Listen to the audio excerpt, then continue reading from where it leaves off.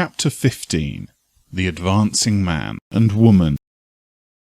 What I have said in the last chapter applies as well to the professional man and the wage earner as to the man who is engaged in mercantile business. No matter whether you are a physician, a teacher, or a clergyman, if you can give increase of life to others and make them sensible of the fact, they will be attracted to you, and you will get rich. The physician who holds the vision of himself as a great and successful healer, and who works towards the complete realization of that vision with faith and purpose, as described in former chapters, will come into such close touch with the source of life that he will be phenomenally successful. Patients will come to him in throngs. No one has a greater opportunity to carry into effect the teachings of this book than the practitioner of medicine. It does not matter to which of the various schools he may belong, for the principles of healing is common to all of them, and may be reached by all alike. The advancing man in medicine, who holds to a clear mental image of himself as successful, and who obeys the laws of faith, purpose, and gratitude, will cure every curable case he undertakes, no matter what remedies he may use. In the field of religion, the world cries out for the clergyman who can teach his hearers the true science of abundant life. He who masters the details of the science of getting rich, together with the allied sciences of being well, of being great, and of winning love, and who teaches these details from the pulpit, will never lack for a congregation. This is the gospel that the world needs. It will give increase of life, and men will hear it gladly, and will give liberal support to the man who brings it to them. What is now needed is a demonstration of the science of life from the pulpit.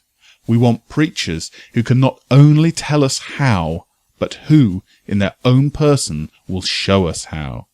We need the preacher who will himself be rich, healthy, great, and beloved, to teach us how to attain these things, and when he comes, he will find a numerous and loyal following.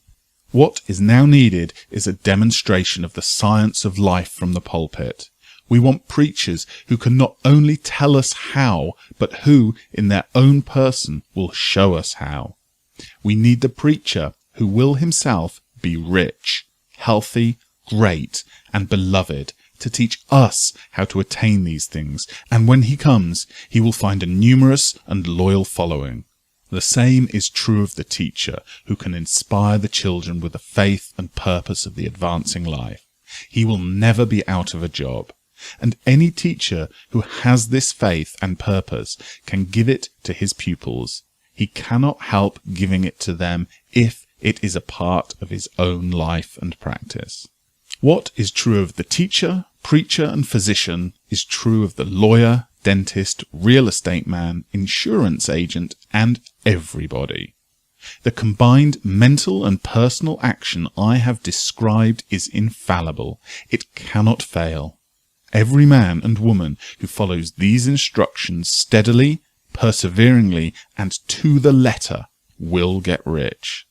The law of the increase of life is as mathematically certain in its operation as the law of gravitation. Getting rich is an exact science.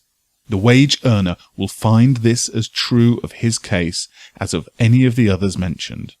Do not feel that you have no chance to get rich because you are working where there is no visible opportunity for advancement, where wages are small and the cost of living high.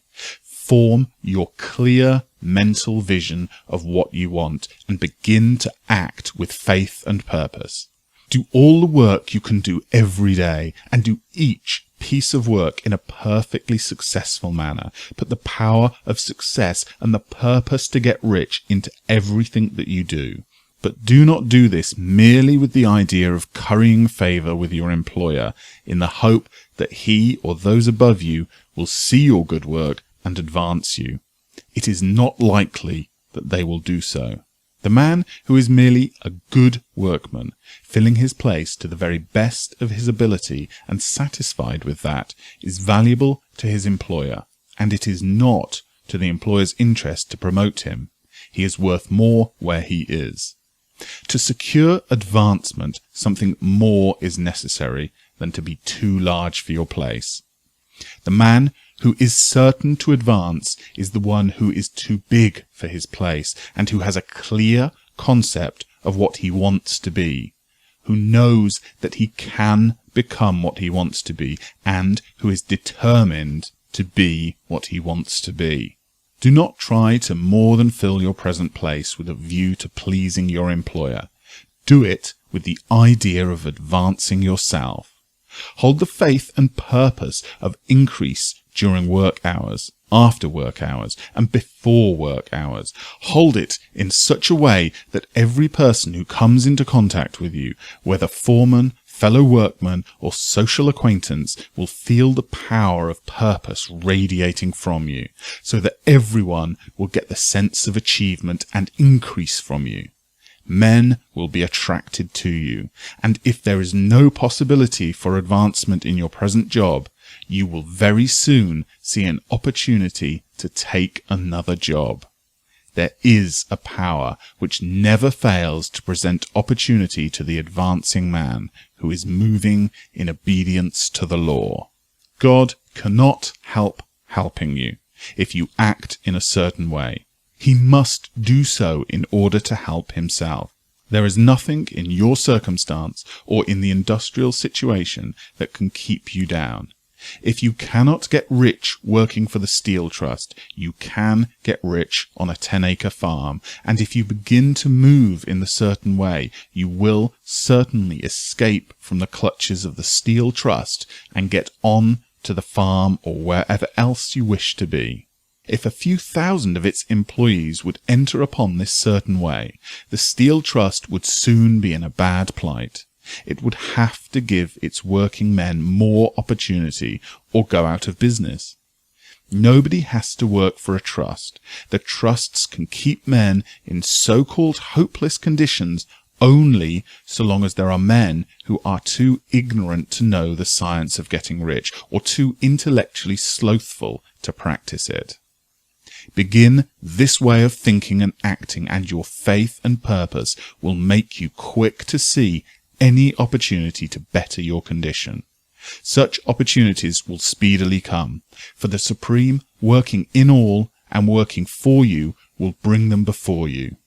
Do not wait for an opportunity to be all that you want to be. When an opportunity to be more than you are now is presented and you feel impelled towards it, take it. It will be the first step towards a greater opportunity. There is no such thing possible in the universe as lack of opportunity for the man who is living the advancing life. It is inherent in the construction of the cosmos that all things shall be for him and work together for his good, and he must certainly get rich if he acts and thinks in the certain way.